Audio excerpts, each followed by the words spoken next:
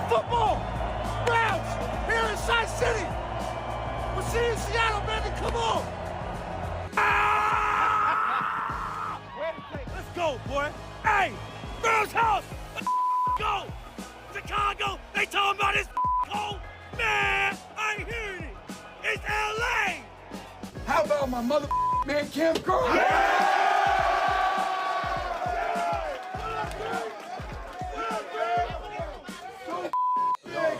And then, hey, finding a way to end the mother. Where's Beavis at?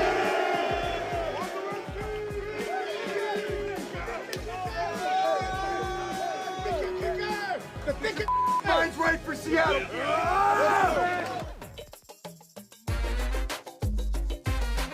Fantasy Football Happy Hour with Matthew Berry. Welcome to the Fantasy Football Happy Hour. That's right, just Matthew and I. Jay will be joining us after his big NBA duties. Yeah, he's got some NBA duties. But you know what, Connor? We got. That's right, it's all we need. All we need. There you go. All we got, all we need. Big jam-packed show today. A lot to get through, an awesome divisional round. But, Matthew, some news at the top that surprised me a little bit. Okay, what's that? Sean McDermott being fired. That's not the shock factor. Yeah. It's that Brandon Beane has now been elevated and will lead the coaching search for the Buffalo Bills as the Bills move on from Sean McDermott after their divisional round loss to the Broncos. So we're going to talk about the Bills-Broncos game coming up here in just a little bit. So we'll get into that, which it seems like that's one of the reasons why he was fired. And so you can debate whether you think McDermott deserved to be fired. I mean, this is a team that was, top 5 in wins and point differential throughout McDermott's career. Right. Made the playoffs a ton of time, every single year. Did they underachieve because they've got a generational star at quarterback? Maybe. But my argument here would be, Connor, is that it's the same thing that we had with the Giants. If you're going to fire Brian Daboll, you need to send Joe Shane out as well. That's my take. And if you're firing Sean McDermott, I don't understand how Brandon Beane still has a job. That's my exact take. Yeah. It's got to feel tough for Sean McDermott, who I think if he wants, and it sounds like he does, another job, because we still have, I believe, 8 vacancies filled. All that's been done is the Giants wisely got that ink dried on John Harbaugh's contract this weekend because he could have pivoted to the Bills. I know. Kevin Stefanski will be coaching the Falcons. And there's a couple finalists in certain areas, but this thing is wide open. I think Sean McDermott's going to be a head coach next year. Yeah, I think you're probably right here as well. I feel like Harbaugh got $100 million, so Harbaugh was probably still going to the Giants. And a lot of power. And a lot of power. But Stefanski, it's an interesting debate as to what's in Atlanta, you have Bijan Robinson, you have a decent defense. There's a lot of pieces on that Falcons team. Just not sure they have a quarterback. I know you're a big Michael Penix guy. I think the jury is still out. Though, and but if it doesn't work with Penix, it feels like Stefanski will now be given his shot. Right, exactly. Rather than here's Deshaun Watson, here's Shedeur Sanders. Right. It was chaotic in Cleveland. It was chaotic in Cleveland. It'll be interesting to see if they draft a quarterback this year, or does he try to make something with Kirk Cousins. So we'll see about Stefanski, But Buffalo, which has a lot of deficiencies on both sides of the ball, and we'll get to that in a second, but you got Josh Allen. You have 17, you have a shot in every single game. It's time to win the Super Bowl. Yes. Right. And so it is, I think there is a strong argument to be made that either that or Baltimore, and I'd actually make the argument that Buffalo, that is the best job opening of the 10 that are now open because of Josh Allen. And I get the Lamar argument. My only counter to that would be is I think I'd rather have Josh than Lamar, just because I feel like Lamar just misses too much time. Over one of the reasons why Harbaugh's looking for a job is that he had to start Tyler Huntley for however many games he had to this year, That's right? And that's something that has come up a decent amount. I think I'd rather be in the AFC East than the AFC North as a division, just in general. It's just the Patriots. The Jets and Dolphins feel so much further away. This is from Ian Hartitz, of course. The Bills have signed the following wide receivers since 2024. Josh Palmer, Curtis Samuel, Brandon Cooks, Gabe Davis, Elijah Moore, Matt Collins, McCole Hardman, Tyrell Shavers, Laviska Shenault, Quintez Cephas, Chase Claypool, Marquez Valdez-Scantling, KJ Hamler, Jalen Virgil. Yeah, hard to believe Mapletron, Chase Claypool, right? Didn't work out for these. Look, So great tweet, but I mean that's the point. Is like for how many years have we said, oh, Josh Allen's got to put on his Superman cape and go win this because he has no one around him. Ben Solak, shout out to Benjamin Solak, he tweeted this out. Since drafting Josh Allen in 2018, the Bills have drafted 56 players. 2 of them have made the Pro Bowl. That's James Cook and Dawson Knox. Again, 2 out of 56 under Brandon Beane's watch. And now again, the counter argument there is like, hey, part of Sean McDermott's job as a coach is, I'm sure he's obviously in the player evaluation room, he's in the draft room, I'm sure he has a say. And part of it's also when you get a player, developing him. And so if you want to make an argument that he hasn't developed some of these guys, it's not like, I mean, Keon Coleman, right? I mean, Keon Coleman was a guy that was considered a first-round pick coming out, like a late first-rounder, but fringe, and hasn't developed. So, but as Scott McClory, 8312 says, look at all those meh receivers Beane should have been fired. That's the point. Yep, and I think it was telling. Some people caught this, but going into the Jacksonville wildcard round game, Sean McDermott was hyping the acquisition of Jacoby Myers for them to the point where I was sitting there and I was like, yes, I think he likes Jacoby Myers, but I also am wondering, did he want Jacoby Myers or anything? Like, we saw Rashid Shaheed moved for nothing at the deadline. Pretty sweet kick return to open things up for Seattle. Like, it felt like, I don't know if there was a disconnect there. I'm not in Buffalo to know that, but Valiant Vince said half of those names sounded made It sounded up. like a Key and Peele sketch. Right. It really did. Like Jalen Virgil. Right, exactly. Tyrell Shavers was actually making plays before he got hurt. Yeah, Tyrell Shavers. Brandon Cooks started the year with the Saints. And I mean, I think in the offseason it was with the Cowboys, right? I mean, like, and he was a leading wide receiver going into this game for Josh Allen. And so, listen, James Cook obviously was a find, and whatever. Dalton Kincaid hasn't made a Pro Bowl, but he's a nice player, right? I mean, there's other guys there, but basically, look, under McDermott, the Bills have been a top 10 defense pretty much every single year. This year they struggle in run defense, but their secondary was pretty good.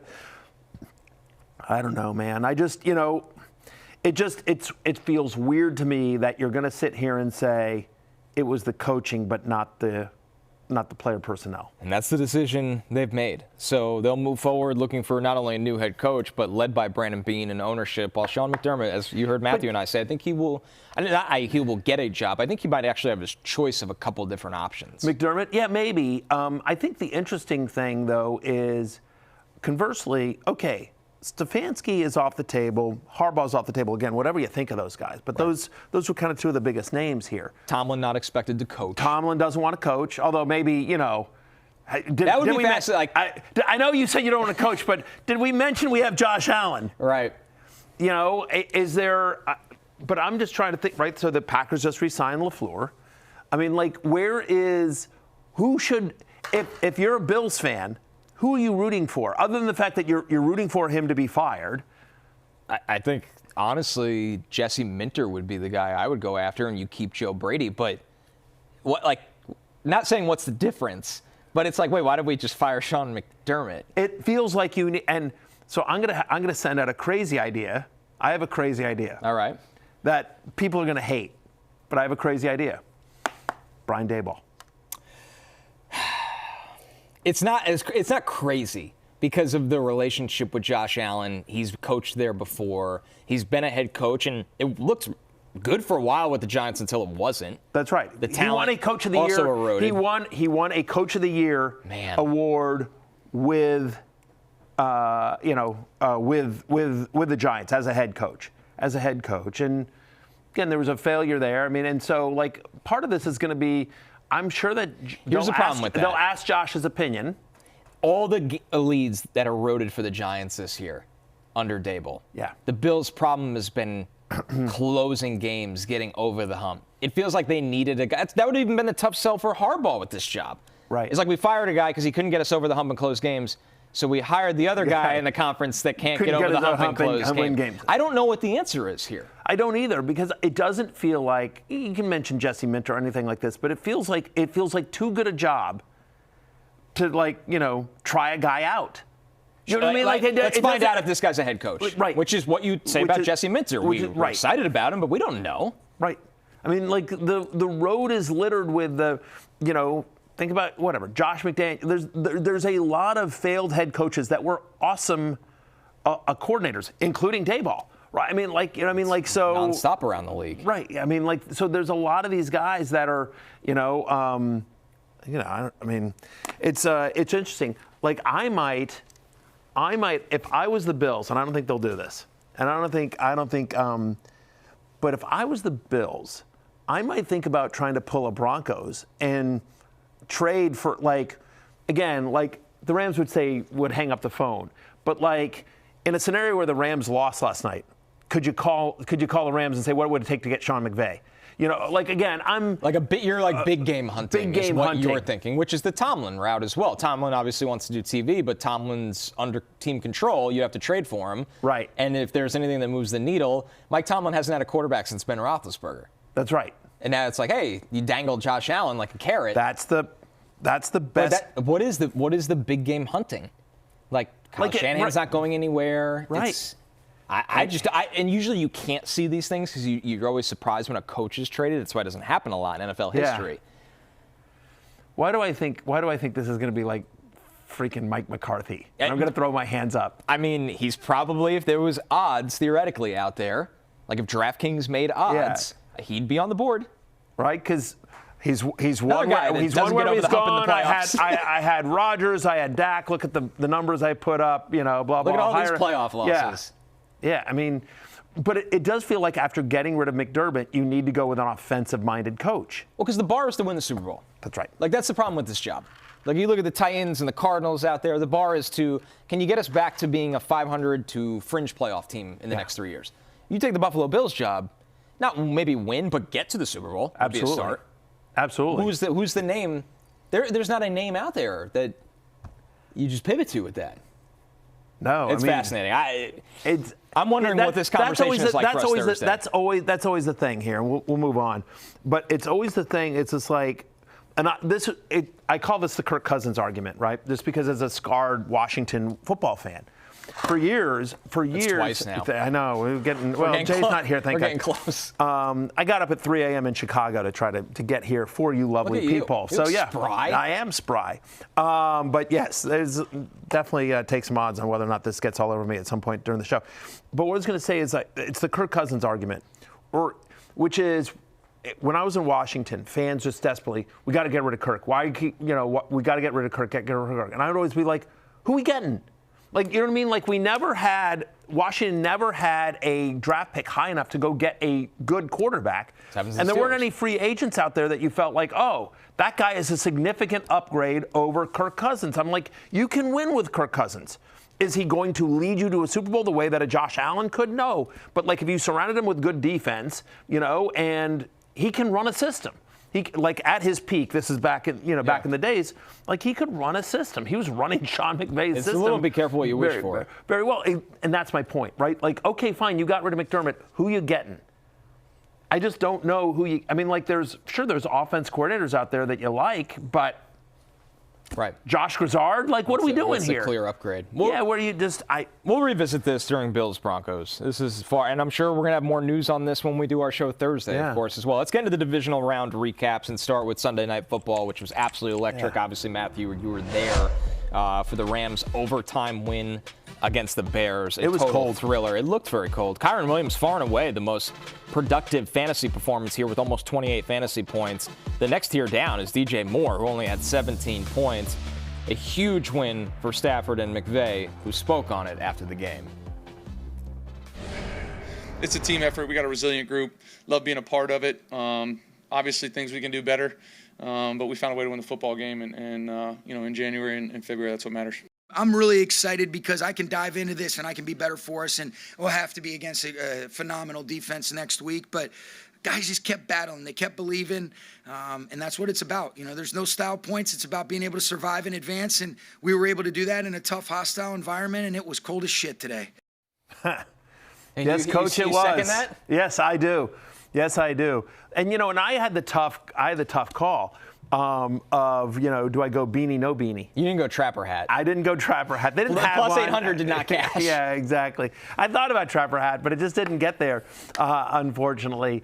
But I did. I also, if you watch the video of I did my berries bet, which by the way cashed again. Yeah. Caleb Williams over 32.5 passing yards, 9 in a row. Yeah, again, wow. well, I've hit 9 in a row because, again, last week, Amari and Hampton. That's right. Yeah, we got the early Crown. exit. Mr. Crown Mr. King. Mr. King bailed us out with the early exit, so it wasn't a loss.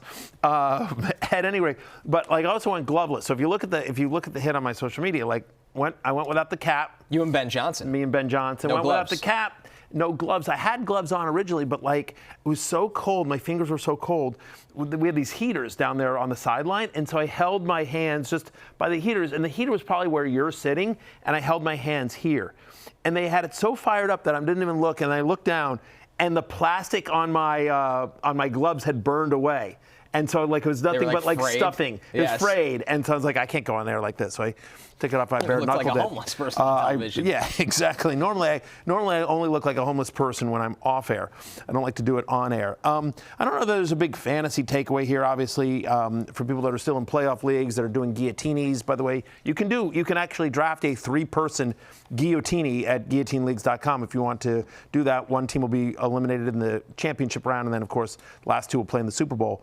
But it was nice to see, to me, the biggest thing from Kyron here, obviously, that, the Blake Corum stuff seemed to go away here in crunch time. 80% of the Rams running back touches. It was his highest. He had a 68% rush rate. That was his highest since week 5.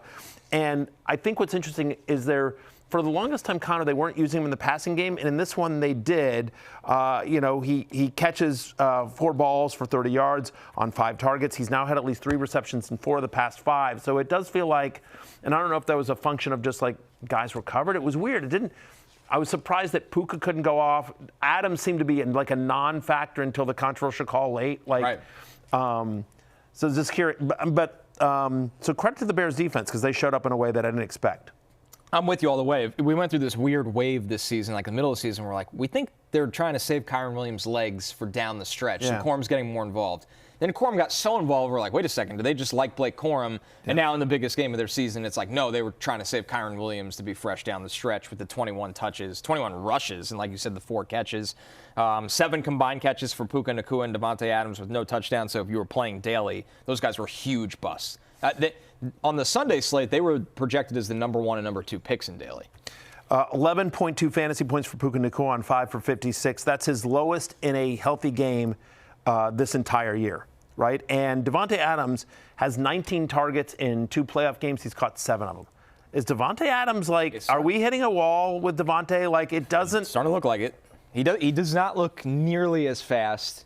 And maybe that's some of the soft tissue injuries down the stretch, but he's had those every year for 3 years. He doesn't look like Devontae Adams, even the impressive 30s, 30s version of it. Yeah, I mean, you haven't noticed it this year fantasy-wise as much because he's been scoring so many touchdowns, but he's not a guy that was getting volume, no. Volume, and again, you're on a team with Puka Nacua and a team that runs the ball well, and that not one of the tight ends is consistent enough that you feel good starting about any of them, although I think if I had to pick one for next year, it'd be Colby Parkinson right now. I'm with you. But they throw to if you just think Rams tight end, they throw to those guys combined that it takes some target share away here. But Terrence Ferguson with the game on the line. I mean, what are we doing? It was Terrence Ferguson down there? That's to win the game. So it was a bad game, bad day at the office. He wasn't great last year in this same game, which NBC also had. It was the Rams at Eagles in the divisional round last year, and we were at that game. And I just remember Stafford did not play great in that game, and he looked cold. But that was a better.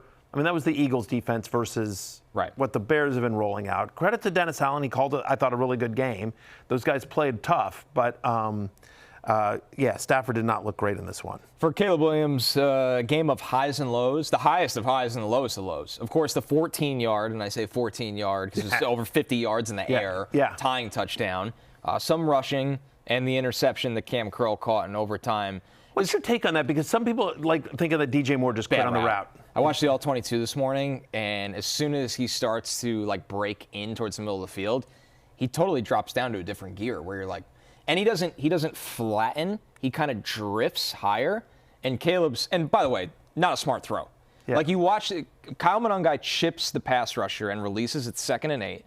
If Caleb Williams, who's been good at this year, just checks the ball down, it's probably 3rd and 3 at its longest. Right. Kyle Monangai could break a tackle and it's a first down. It's probably 3rd and 3. Right. He takes a chance. It's a bad route. It's not a great ball, and Cam Curl makes a great play. Yeah, and it's second down, and it's like, and there's no time constraints because it's the playoffs. Like, you ain't running out of time. And like, they're playing until somebody wins. And you probably have 4 downs with Ben Johnson. Yeah. Like, you probably treat it like, man, if I get this to 3rd and 3 and we don't get it, our head coach, knowing how he is, probably goes for it. I mean, they were going for it all game, and they've always been going, that's traditionally how they've been playing this year as well. Yeah, it's a shame because, by the way, DJ Moore had a great game overall. He's had a great playoffs, and, like, it's not like we're sitting here like, what are you doing? Game on the line, and you're throwing to Olamide Zaccheaus. Right. Cut to Olamide Zaccheaus saying, like, why am I catching strays? Yeah. But, right. Me? But, yeah, I mean, it was just a tough route. And, yeah, Cam Curl made a good play. Former Commander, great Cam Curl. That's former right. Washington, I don't know, former Washington great. I don't think they were the Commanders when Curl played for us. He was good, though. He was great. And once again, I've somehow managed to turn it back. I've managed now to work the Commanders, who aren't in the playoffs and weren't 7th overall. Yes, yeah, exactly. But it's back to the Commanders. But I've managed We're not done, by the way. I've managed to work them in twice. More Commanders talk on this show. Yeah. We'll get there. The highs and lows of Caleb Williams, does that make him exciting for fantasy next year? Because it feels like, who cares about the interceptions or the misses? He has enough big plays where you're like, yeah, and he runs. Yeah. Probably should run more. 1,000%. This was his first year in Ben Johnson's system, too. Right. And so as the year went on, you saw that they started to get rid of some of the bad habits in terms of holding the ball too long. And then, but then the holding the ball too long also leads to, like, brilliance, like the 4th down play last week and the touchdown to Kmet last night. Right. I mean, and so, yeah, I think, look, I had Caleb Williams he was on the love list in the preseason, and he was like a top 10 guy for me in the preseason. I believe he finished in the top 10 on a points per game basis this year. And so, for sure, especially when you think about for Caleb Williams, 2nd year in Ben Johnson's system, but also 2nd year with Colston Loveland, healthy Rome Odunze. You expect Luther Burden now to have a full-time role. He was a non-factor for the first half of the year. They're pretty loaded. We'll see if DJ Moore comes back or not. But no. Yeah, probably not. But they'll get somebody. Doesn't matter. Honestly. They'll get somebody, right? They'll whether they draft somebody, whether they get a free agent. Like, for all my, by the way, Olamide Zaccheaus is. There are much worse third wide receivers in the NFL than Olamide Zaccheaus. Right, and he's 4th. Right, and that's my point. But my point is, if DJ Moore leaves, and that in essence Olamide Zaccheaus is your 4th pass catcher after the 2 wide receivers in Loveland, you'd be fine, especially assuming they have, I don't know if Swift is going to be back, probably, but they'll have somebody like him plus Monangai. And right, both running backs catch the ball. Yeah. So I mean, it's not a big deal. It's long story short. Yes, I'd be very excited about Caleb Williams next year in fantasy. All right, our next game, not much of a game at all on divisional weekend. The Niners got blown out at Seattle. This one was pretty much over after the opening kick return. This was exactly. And by the way, this is exactly what Jay predicted when we were talking last week. Jay was just like, I love my Niners. I'm a Niners man. I've got a lot of money invested in Kyle Shanahan, but like, it's the line 7.5, and they're going to kill them. They ran out of people. They ran out of people. They ran out of bodies on this one. Like, Trent Williams is limping into this game. Like, Brock Purdy was under pressure constantly as well. 55% of his dropbacks. Brock Purdy was pressured on 55% of his dropbacks, and according to Next Gen Stats, on his 33 dropbacks, Brock Purdy ran 413 yards. Like, that's a crazy stat. He was running for his life so much. Literally ran over 400 yards. Rushed for, quote unquote, rushed for over 400 yards in this one. But how about Cooper Kupp? There was a Cooper Kupp sighting in this one. Yeah, 11 fantasy points feels like a lot in this era for Cooper Kupp. And you mentioned Brock Purdy running for his life. A big reason for that was Leonard Williams in that defense, who've given themselves a nickname that, Matthew, I don't really understand. Listen to this. This defense is amazing. It's fun to play with them. I think we trust in ourselves. We trust in the guy next to us, and we get the job done. And it's amazing to not let them score. What's in the briefcase anyway? What's that? The briefcase. What do you got? So this is the dark side game plan right here. We were so hyped to see like some Darth Vader guy out there today on the screen, and like we're like, okay, we're finally getting our credit. We've been talking about the dark side. We've been showing up, not just talking about it. We've been proving it as well, and especially in a big game like this, we showed out. So, okay, so on the one hand, I sort of get it on the sense that dark side, okay, like they're mean and bad, and they're coming for you, and but also like the dark side, the dark side's bad. Like it's bad people. Like right. They're the bad guys. I still like gotta watch the they're trilogy, not the people so. you root for. They're not. I understand you haven't watched the Star Wars this spring. It's like one of my top 3 goals. Sure. Yeah. I need a week to do it. I'm going to come over to your house, and I'm going to go into a different room, and I'll watch Godfather Part 2. Perfect. While you're watching. And Jay could be upstairs watching whatever. Has Jay not seen a movie? Magnolia again. No, he's seen all the movies, just all the bad ones. Jay can watch Crocodile Dundee in Los Angeles, Razzie nominated. No, so I guess, but the dark side, it's just like, again, like they kill people. Like, not like... Well, they tried to kill Brock Purdy. Yeah, for sure. They almost did. Aloha Bricks. That's regular of the year, by the way, Aloha Bricks. Connor is wondering if Vader is a new cornerback who plays with the Seahawks. Like I said, when he said I have no idea what he's referencing, but I'm glad Leonard Williams is having a good time. Stop it. When you say... Now, I know you've never seen the movies. I know the dark side. You've heard of Darth Vader. You've heard Darth Vader. Yes. You've heard of the dark side. You have enough pop culture. Yes. Right? I'm aware. Again, I've never seen Godfather 2, but I know that, what is it? Keep the gun, hold the canal. That's the first one. Right, is that the first one? I get all my quotes mixed up. I get all my quotes mixed up. But I don't know some of the. I know it was you, Fredo. Yeah, I know it was you, Fredo, and Mo Green with the eye, right, and everything like that. Yes, and that's Mo Green, yeah. So I know enough references that Vinny in the chat said Star Wars was a system franchise. Dune has a top 3 defense. Wow. That's a take. That is a take. Especially because, by the way, there's only been 3 Dune movies. Yep. One of which was so they did the first Dune movie and no one watched it. The very first, not the Chalamet one. There's one with Sting, I think, from many years back. Didn't even know this. It was a bomb. No one liked it. Then they remade it again. Which is kind of remarkable that they decided to remake a bad movie. Right. But it did great. The books are super popular. The first movie with Chalamet is it's super long and exposition-y, very it takes a long time to get there. It was a cross-country flight watch for me. Yeah. And I needed the whole flight. Listen, and we love Timothée Chalamet, love Zendaya, but it's a little bit of a slog, that first one, and then it finally gets into some good stuff, and then the second one's great. But and I'm looking forward to the third one, but stop it. Star Wars is so much better.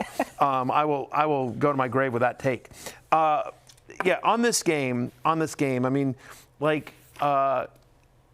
we've always said this. When Ken Walker gets the full-time gig, when he's awesome. And that's what, listen, the 49ers were bad run defense as well. Charbonnet leaves this game early with an injury, but so it'll be interesting to see what happens if Sharps can make his way back next week. But over the last 4 games, this guy who's averaging 6 yards per carry. They're using him finally in the passing game, 19% target share in this one. He's had at least 3 receptions in 6 of the past 9 games. And so in games in which he gets at least 18 touches, and this includes the playoffs. In games with at least 18 touches, he's averaging over 18 fantasy points per game, which is just a dumb stat which tells you what you know. When Ken Walker gets work, Ken Walker's pretty damn good. And when he's healthy.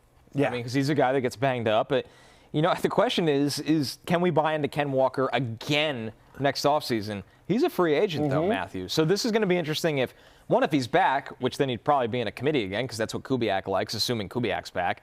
Or 2, does he get signed to a decent money deal somewhere where he blossoms as the lead guy, and do you trust him to stay healthy to do that? There's so many variables. Many variables. Because, again, Kubiak's going to be a hot coaching. There's 8 coaching vacancies now, right? Now, because Giants and Falcons are filled, but there's 8 coaching vacancies out there. There's not a lot of offensive scheme guys that are interviewing. No. You look at Salah's a finalist for the Titans job. Chris Shula will get it's a lot of Minter. Yeah. How many guys are young offensive scheme skewed kind of guys? McDaniel's the first one that comes to mind. Right, a retread. But absolutely. Mike McDaniel. Yep. He's gotten interviews. He's absolutely gotten interviews.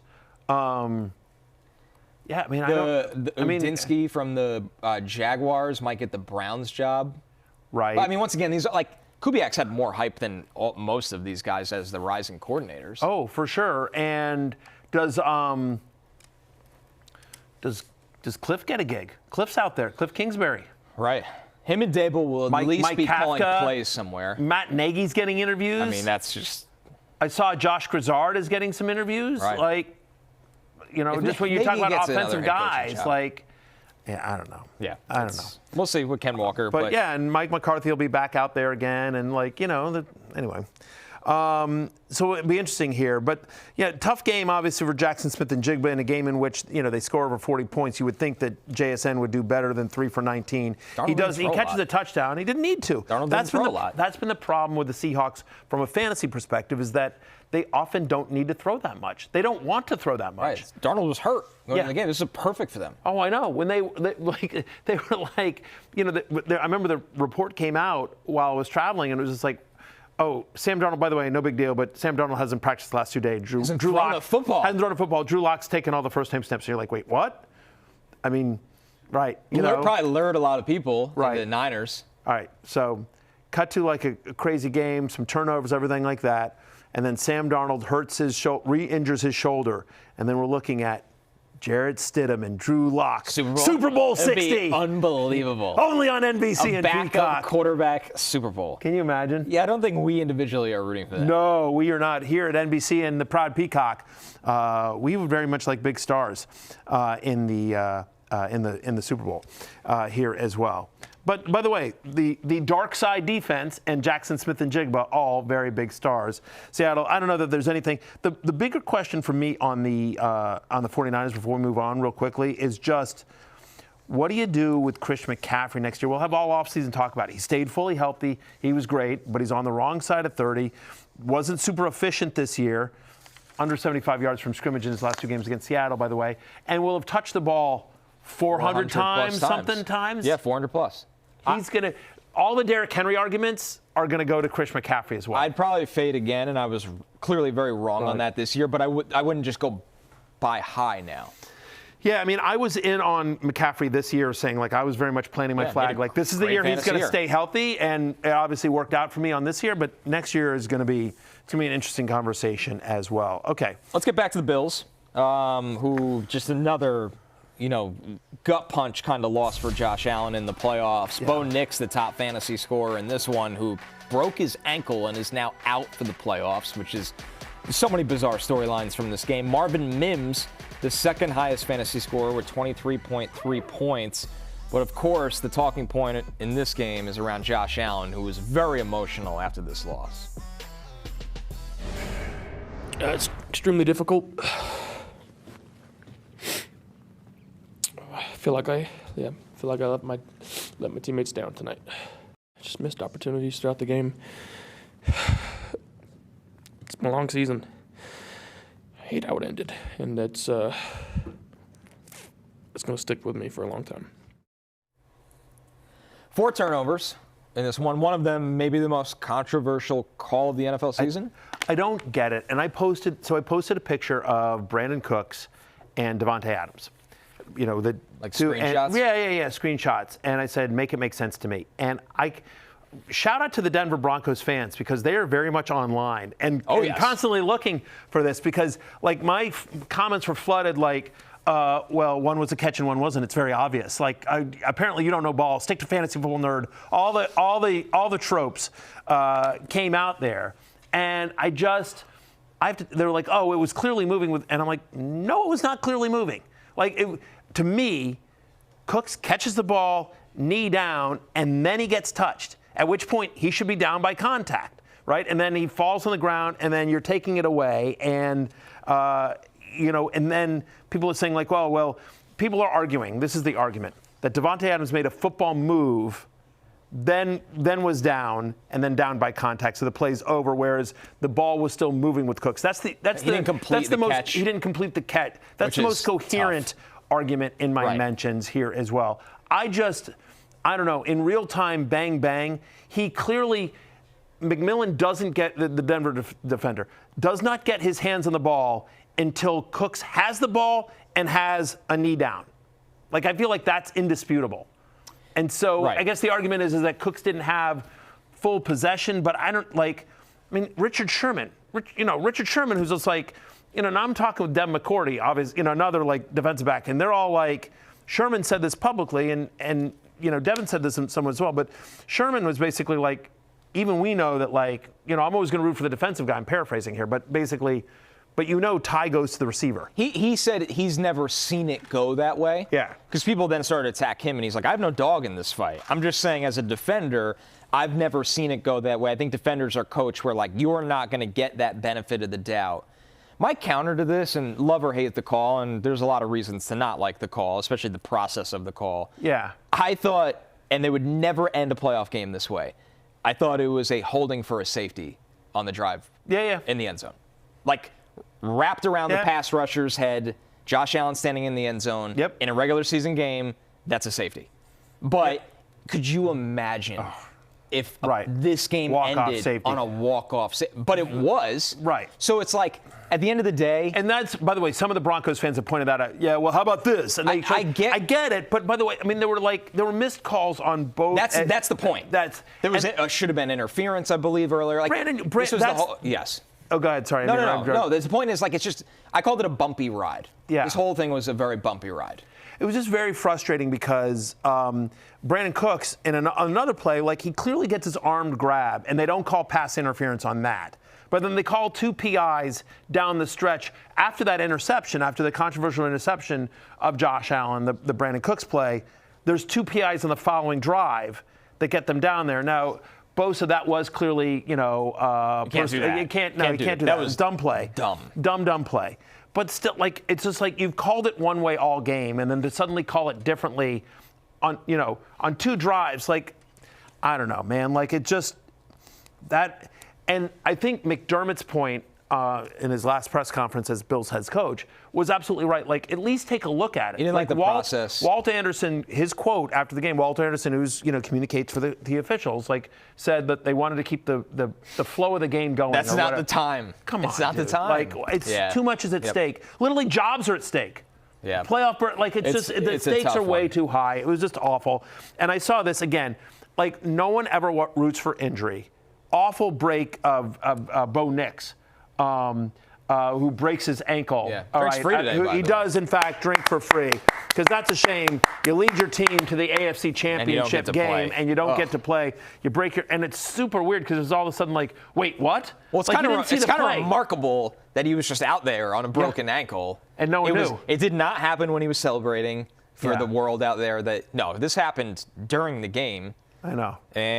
But he truly probably didn't know until the full X-rays. No, he didn't. But I've seen some people say that's a ball don't lie moment. Like, again, never rooting for injury, not trying to make fun of the injury at all. Yeah. But I just think that is a comment that is. I hear you. I'm just saying that is the sentiment from Bills fans. All the Broncos fans are like, they're clearly different plays than the Devontae Adams. What are you doing here? And all the Bills fans are like, well, ball don't lie. That's why that happened. I don't know about that. What's a shame, though, it was an awesome game. There's back and forth, and you hate that. Bo Nix had some brilliant plays. Josh Allen, it was a sloppy game, but still it was a very fun game back and forth. It's a really entertaining game, and all people are talking about out of this game is not, oh my God, Bo Nix in his second year made an AFC championship, just like Drake May, just like, Caleb Williams in his second year makes it to the divisional round and has to go to overtime. Jaden Daniels last year made it to the NFC Championship game. What an amazing draft class. Not talking about the fact that the Broncos in their, reclamation project under Sean Payton are now playing for a shot at going to the Super Bowl, and Sean Payton can join the very small list of coaches that have taken 2 different teams to the Super Bowl. Instead of talking about any of that, we're talking about this terrible play and a couple of bad pass interferences, and yes, and the missed safety call and and that part sucks. I don't know that there's more. We did a lot on the Bills. The last 2 things I want to mention here quickly on the Broncos. Pat Bryant leaves this game with a concussion. Troy Franklin leaves with a hamstring injury. Like so the Broncos already shorthanded at quarterback. Now, Jarrett Stidham may be out there with just a couple of guys. know people are saying like the Mims touchdown, the ball seemed to be moving a little bit as well. And just tough. Like you hate to see that. Okay. So the Patriots made the AFC Championship. So I want to get into this here. So congratulations to the Patriots and Drake May. And so what I would like to say, you see some of the fantasy performances here. It was a bad game overall. Travion Henderson, just a brutal game from him. Stroud, really tough game. We'll get into that in a second. No big fantasy superstars. Maybe if you want to squint, Kayshon Boutte had a nice game here. May did, just enough to get you there. But okay, but let's talk about this very quickly. So Devin McCourty can now talk to me. I will allow Devin McCourty to talk to me now that Drake May has made the AFC Championship. And you're like, what are you talking about, Barry? All right, so anyway, we do this thing called the Football Night in America pod after every Sunday Night Football. It's Maria Taylor, Jason Garrett, Devin McCourty, myself, and Mike Florio. And so in week 6, we were talking about Drake May. They had just beaten the Saints. And we were talking about this. And so this clip happened in week 6 of this season on the Football Night in America podcast. Stephen, roll the clip. There's an excitement. Drake May, the best quarterback from the 2024 class, Matthew Berry. Stop that. Stop that. Jaden Daniels. Stop that. Yeah. Let me know when Drake May gets to an NFC Championship game or even an AFC Championship game. He plays in New England. They only count Super Bowls. Yeah, okay. That's fair enough. All right, so that made the rounds. But last night, this is what I tweeted out. As soon as the Patriots made the AFC Championship game. Good PR move. I completely own it. Okay, this is me tweeting. Okay, at Dev McCourty. Now you can talk to me, laughing emoji. I still have faith in 5, of course, but what a season by Drake May and the Patriots. Congrats on a well-earned AFC Championship berth. So I completely own it, right? You know what I mean? Like, smart move. This is what, by the way, I was having this conversation in week 6. Patriots are 4-2 in week 6, but they've lost to the Raiders at that point. They've lost to the Steelers. They've beaten the Dolphins and the Panthers. They had the big win against the Bills. Give them that. But anyway, my point is like Drake May, who was on my preseason love list, I'm merely saying like, I don't know that we can, after 6 weeks, because May was not great in his rookie year, I can't say that after 6 weeks he's definitely better than Jaden Daniels. Okay, fine, but that's the clip. And so I immediately admit, right, like I have fun with the clip. I immediately post it out as soon as the game's over. I eat crow. I own it, right? I post it on Instagram, Threads, Facebook, Twitter, every social. Yes, everything I've got. Actually on Threads? Yes, it's actually on Threads. Wow. I don't even have my login anymore for Threads. And so, anyway, so I do that. But the New England sports blogosphere. Not a place you want to find yourself in. No. Nope. Well, God forbid they like check my, I own Doesn't it. matter. Doesn't matter. No, they take that clip from week 6, and today it's been going crazy, and I've been getting tagged like crazy. As you know, Boston sports fans, a lot of very civil debate in terms of it. Everything. And so what drives me nuts is like, I don't care that you guys want to crow that, Drake May, you want to clown on me for that take. That's great. Listen, own it, right? I completely owned it. And credit to Drake May. But they don't check my Twitter. They all tag me, but they don't bother to check my Twitter feed that like literally the thing you're asking me about, hey, what about now, Matthew? You mean the thing I mentioned literally like 8 hours ago? Yeah, it's up there. And here's the other thing. Because they're clearly big watchers of the Football Night in America pod, they take the week 6 clip and they're throwing it everywhere. But they don't show this clip. Stephen, show the other clip. This is from week 18. Between Stafford and May, I wouldn't be upset if either one of them won, but I'm going with Drake May. I think he means more to his team. Mm-hmm. Say that again? He means more to his team. I think Is there a player that means more to their team than Matthew Stafford? He threw 44 touchdown passes. He's unbelievable.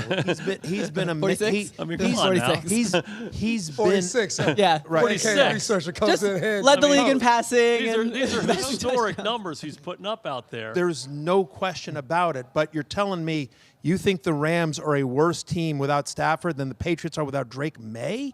I just think there's more talent around Matthew Stafford on the Rams than there is around Drake May on the Patriots. That's right. Drake May's my MVP, and I've been saying that consistently throughout this process. I love that moment. Yeah. No, and like Garrett's like, you got to be kidding me. But no, does the Boston blogosphere take that? No. Where I'm sitting here defending you against, I'm taking Drake May, and everyone else is, well, Devin McCourty obviously has Drake May, but like everyone else is like, oh, Matthew Stafford, this and that. Yeah, it's tough. Like guys, don't turn on me. Like they already did. You need to go on NBC Boston and I might do like a full I might at a podium. We'll turn the bar into a podium. Exactly. We'll do like a full WEEI. Where are you at? Like, I gotta go do something. I gotta do some press in New England. Anyway, congratulations to the Patriots. They move on to the AFC Championship against the Broncos, and I think they will win. Broncos. I'm picking them to win, like I did against the Texans. Not everyone did that. Like I did against the Chargers. Not everyone did that either. I've been on this bandwagon for a while now. All right, we're taking our first break. When we're back, Jay finally joins the show for Back to the Futures after this.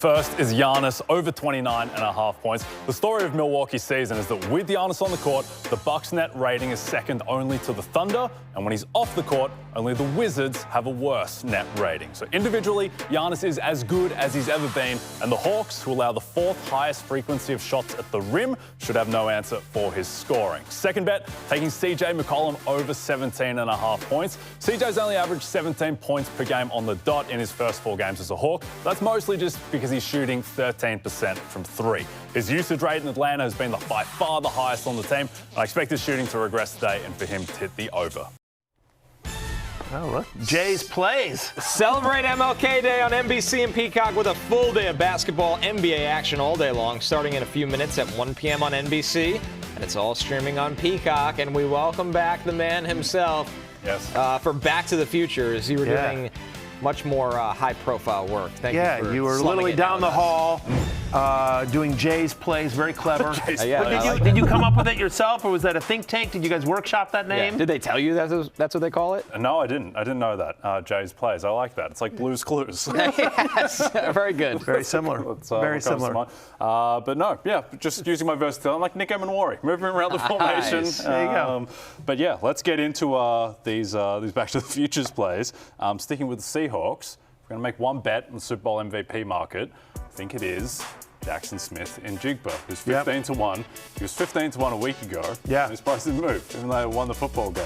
And I think that the inefficiency here, the thing that's wrong, is that Sam Darnold can't be plus 250 and Jackson Smith and Jigba 15 to 1. Yep. When Jackson Smith and Jigba gets 45% of Sam Darnold's yards. That's right. That is saying that Darnold is like a 70% chance to win MVP. If the Seahawks win the Super Bowl and JSN's only a 15% chance, I think they're like a coin flip against each other. And I understand that Ken Walker is more of a chance if Charbonnet is either hurt or not able to play. But JSN, who just had one of the greatest wide receiver seasons in NFL history, he can't be 15 to 1. Yeah. He's surprised that it seems like he was higher than Puka, too. Puka Nacua. I mean, lower. I mean, sorry, not higher, but lower. Yes. But the other one that I want your thoughts on, Connor, Jarrett Stidham. So the Broncos are 11 to 1 to win the Super Bowl. He's plus 2,000. Now, I understand they have a good defense and they may win off the back of their defense. But if they're actually going to win the Super Bowl, I think Stidham has to be the driving force. And there's no player in their offense that stands out. Yeah. That's right. Like when you look at Seattle, and Darnold was really good this year, but JSN was great. Yeah. When you look at Denver, and as you highlighted, Jay, these are long shots for a reason. You're not saying it's likely. You're saying it's the right long shot to play, 20 to 1. It's that if Denver wins, like, Nick Bonito would have to have, 3 sacks and a forced fumble to even be – and he's awesome. Yeah. What are the odds that Surtain gets votes? Yeah. So I like where your head is at with the Stidham call. Yeah, and I think Stidham is high variance, I think, and he's shown flashes where I remember he had a start for the Raiders against the Niners a few years ago where he was lights out in that game against an elite Niners defense. So, look, I don't think it's going to go great. I think they're probably going to lose to the Patriots, but Jarrett Stidham, I think, is the high variance play. Last one here, DraftKings has markets on the hypothetical Super Bowl lines. Looking at these, if I was to back one, it would be the Patriots plus 3 against the Rams. And I think the key reason why is that the Patriots have Milton Williams back, Christian Gonzalez healthy. I think this defense just goes up a tier, particularly as a run defense. And also, Matthew Stafford has been pretty shaky now for 6 weeks. He was not good last night, Stafford. And I think that the fact that McVay called the pass on 3rd and 10 at the end, I think that's kind of an indicator that he's not super comfortable with Matthew Stafford and how he's playing. Yeah, I mean, cold. Yeah. Last night. Rams looked like you. Patriots defense is peaking at the right time. I think, to your point, they're also getting healthier as well, whereas it feels like the Rams defense, they got gifted a couple of things last night, but you can throw in the Rams. They have not. They've been good against the run, but they have not been great in the secondary. They had no answer for Bryce Young. Before we go to break, a few things while I was off camera.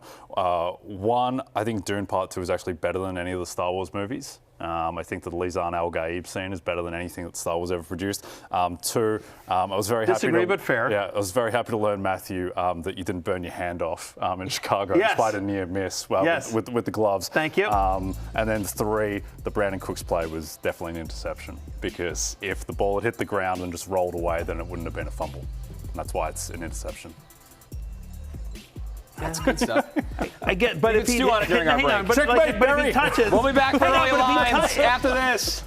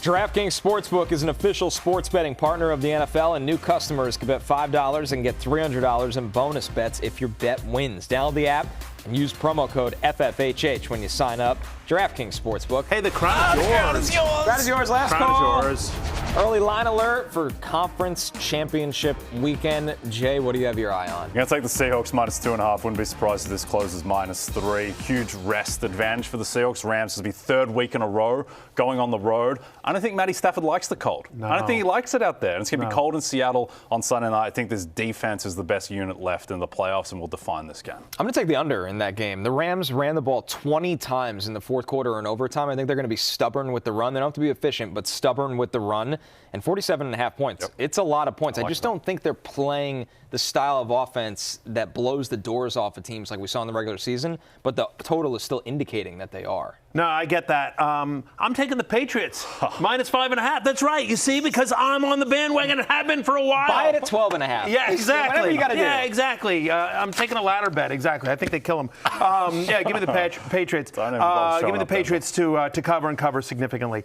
By the way, I have some video. We were out in Chicago. Oh no! This is me and backup producer Pete. Oh no! It's terrifying. This little limp biscuit. We're at Tao. We're at Tao. Yes, and so we like a bunch of colleagues. Chicago? Yeah, that's what was not my surprise. But a bunch of colleagues were like, "Let's go for drinks," and then drinks led to more drinks, which led to more drinks, and this is like our third bar of the night. And next thing you know, it's late at night, and me and backup producer Pete are at Tao. Going. Yeah. Meanwhile, how many people in the club are wearing a beanie? None. But I'll tell you why, because everyone else in the club was young. And they were wearing trapper hats. Yeah, exactly. I felt so old. I didn't even want to go there, but next thing you know, that's where there's like 12 of us in this group going, and I'm just like, I look around, I'm like, good God, I feel so old. And so I wore my beanie, so I didn't look as old as I was. All right. Anyway, we're back on Thursday for a preview of the championship game. For Jay and Connor, I'm Matthew. We'll see you Thursday. Peace out.